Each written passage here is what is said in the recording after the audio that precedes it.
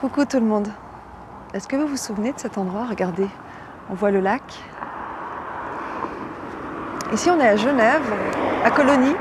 D'ailleurs je prends l'accent suisse dès que je parle de Genève. À Colonie, donc la colline des milliardaires. Et là on avance en direction d'un endroit que vous connaissez bien. Enfin que vous connaissez sans connaître. Mais dont vous avez forcément beaucoup entendu parler ces derniers 2 ans et demi. Je vous en parle un petit peu pour faire monter le suspense, pour ceux qui n'ont pas encore deviné. C'est une organisation internationale depuis 2015.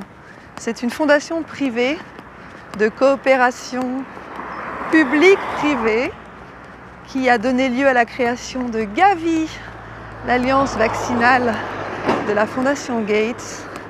Gavi, Global Alliance for Vaccines and Immunization, rappelez-vous.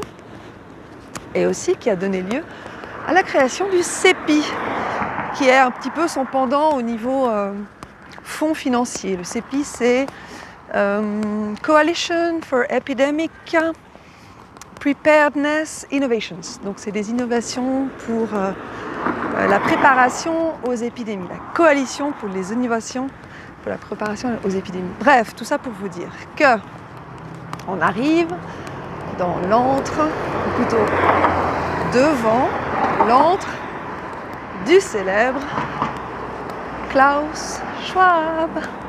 Et ouais, on arrive au Forum économique mondial, le siège à Genève. Et pourquoi on est là?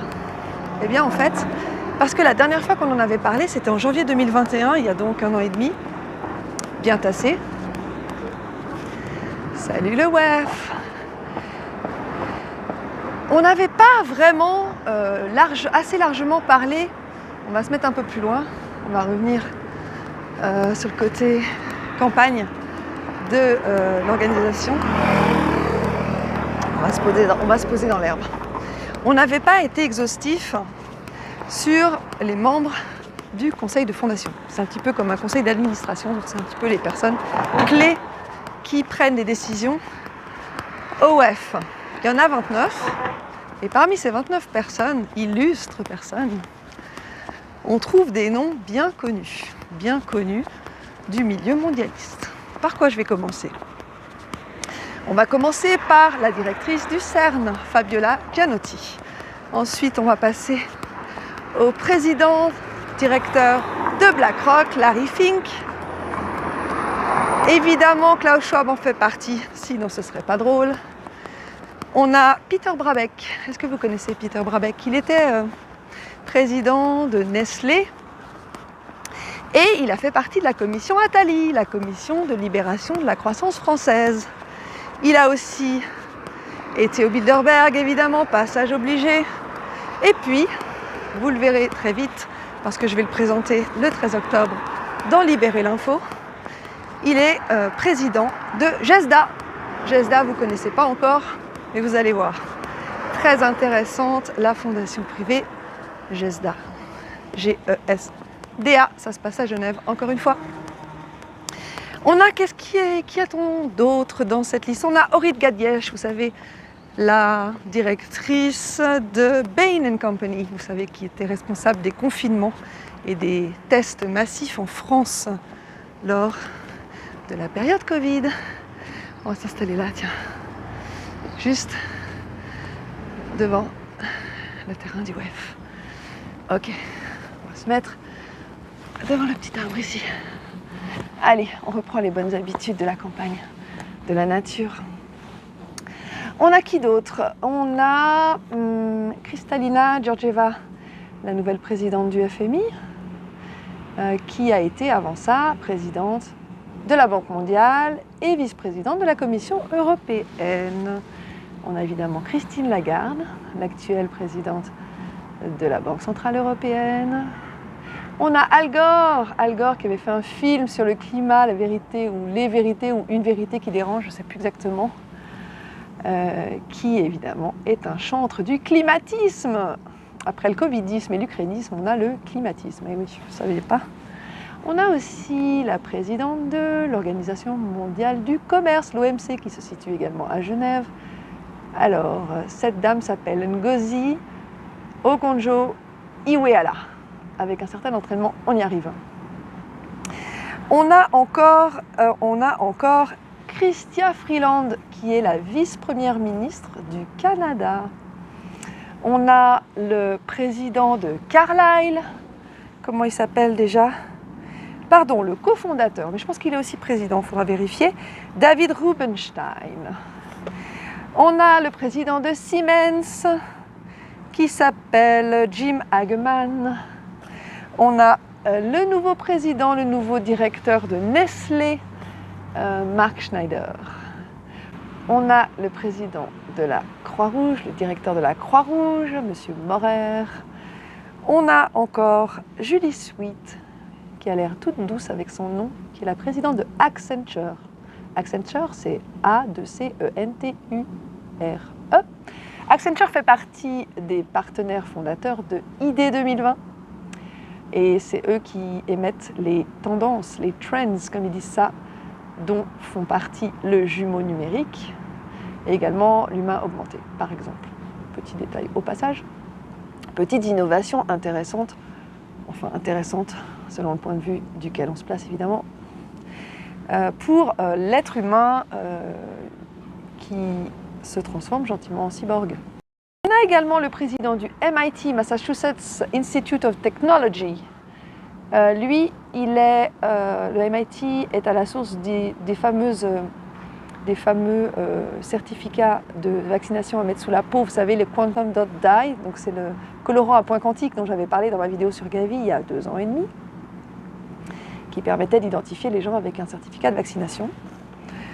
Et puis,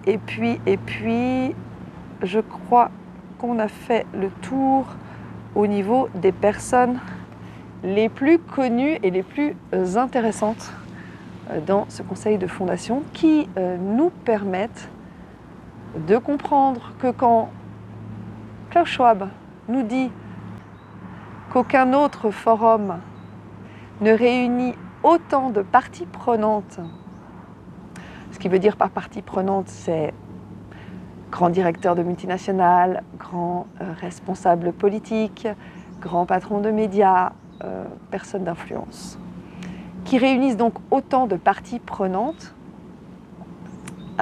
pour accomplir la mission d'améliorer l'état du monde. C'est écrit noir sur blanc. Ce forum, je ne sais pas si je vous l'ai dit, dans cette vidéo en tout cas, existe depuis 1971, quelques années avant le choc pétrolier du Moyen-Orient, avant la création de la commission trilatérale, 1973, et 3 ans avant ma naissance. Mais ça n'a rien à voir. Je voulais aussi vous dire encore quelque chose qui m'a beaucoup amusée. Je vous le dis ou pas? Oui, je vous le dis quand même. Sur le site du WEF, auquel j'ai postulé, ça fait partie des recherches d'emploi que j'ai faites, on peut lire que cette fondation, donc le Forum économique mondial, est une fondation sans but lucratif et qu'il est indépendant, impartial et lié à aucun intérêt particulier. Et attendez, c'est pas fini. Il est écrit également que l'intégrité morale et intellectuelle est au cœur de tout ce qu'il fait. Voilà, je vous laisserai juge. Et puis les petits journalistes qui n'ont jamais traité le sujet, je vous laisserai regarder et faire preuve de cette fameuse intégrité morale et intellectuelle, si vous en êtes capable, sur un organisme qui certainement vous finance directement ou indirectement, à creuser. Mais je vous laisse faire l'enquête. Et puis on va finir par cette mission qui est écrite également sur le site du WEF, qui nous décrit le WEF comme une organisation qui engage les principaux dirigeants politiques, commerciaux, culturels et autres de la société à façonner les programmes mondiaux, régionaux et industriels. Et qu'on nous dise encore que le WEF n'a aucune ambition de façonner notre monde, et je le renverrai à cet article sur le site du WEF. Je vous souhaite une très bonne soirée. Pour ceux qui viennent de se réveiller, bon réveil. Et ça tombe bien parce que la vérité, cette phrase, je l'emprunte à Patrick Joland et je le remercie. La vérité, c'est comme le soleil. Une fois qu'elle se lève, plus rien ne peut l'arrêter. Je vous souhaite une belle soirée encore une fois et je vous embrasse fort. On lâche rien. On lâche rien.